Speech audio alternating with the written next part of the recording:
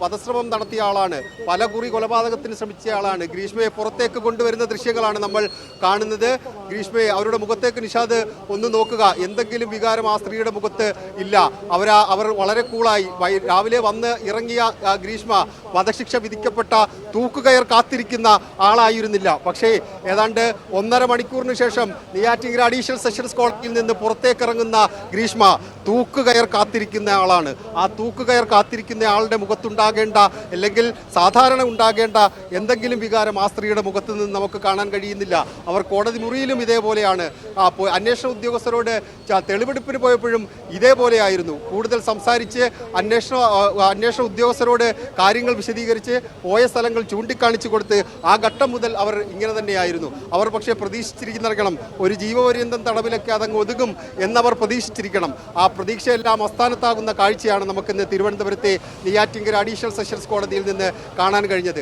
അങ്ങനെ അത് കേട്ടപ്പോഴും അത് അവിടെ നിന്ന് ജഡ്ജി അത് വായിച്ചപ്പോഴും ഒന്നും ഒരു വികാരവും ഇല്ലാതിരുന്ന സ്ത്രീ അതേ നിർവികാരതയോടുകൂടിയാണ് ഇപ്പോൾ ഈ കോടതിക്ക് പുറത്തേക്ക് വരുന്നത്. ഇവരെ നേരെ ഇപ്പോൾ ജയിലിലേക്കാണ് കൊണ്ടുപോകുന്നത്. വിധിപ്പകർപ്പുമായിട്ടാണ് അവർ അവിടുത്തെ ഫോർട്ട് ആശുപത്രിയിൽ വൈദ്യപരിശോധന ആദ്യം ഉണ്ടാകും. ഫോർട്ട് ആശുപത്രിയിൽ വൈദ്യപരിശോധന നടത്തിയ ശേഷം അട്ടക്കുളങ്ങര വനിതാ ജയിലിലേക്ക് ഗ്രീഷ്മ എന്ന തൂക്കുകയർ കാത്തിരിക്കുന്ന, കൊലക്കയർ കാത്തിരിക്കുന്ന, സ്വന്തം കാമുകനെ വിഷം കൊടുത്ത് കൊന്ന ക്രൂരയായ കൊലപാതകം നടത്തിയെന്ന് കോടതി കണ്ടെത്തിയ ആ സ്ത്രീ അല്പസമയത്തിനകം തന്നെ ഫോർട്ട് ആശുപത്രിയിലെ ഈ മെഡിക്കൽ പരിശോധന, വൈദ്യപരിശോധന കഴിഞ്ഞ് തിരുവനന്തപുരത്തെ അട്ടക്കുളങ്ങര വനിതാ ജയിലിനുള്ളിലേക്ക്, അറകൾക്കുള്ളിലേക്ക് വീണ്ടും പോകും. നിഷാദ് നേരത്തെ സൂചിപ്പിച്ച പോലെ തന്നെ നേരത്തെ അവർ പരോളിൽ ജാമ്യത്തിലുമൊക്കെ പല ഘട്ടങ്ങളിലും ഇറങ്ങിയിരുന്നു.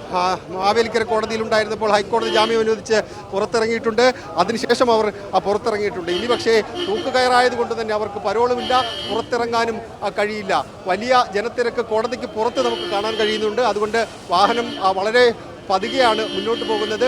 അവരെ ഇവിടെ നിന്ന് വനിതാ ജയിലിലേക്ക്, അത് ഫോർട്ട് ആശുപത്രിയിലെ വൈദ്യപരിശോധനയ്ക്ക് ശേഷം അവരെ വനിതാ ജയിലിലേക്ക് മാറ്റുന്നു. അങ്ങനെ 3 മാസം നീണ്ട വിചാരണയ്ക്കൊടുവിൽ ഷാരോൺ രാജ് വധക്കേസിലെ 1-ാം പ്രതി ഗ്രീഷ്മ എന്ന് 23 വയസ്സുള്ള ഗ്രീഷ്മ എന്ന സ്ത്രീക്ക് കൊലക്കയർ വിധിച്ചിരിക്കുന്നു.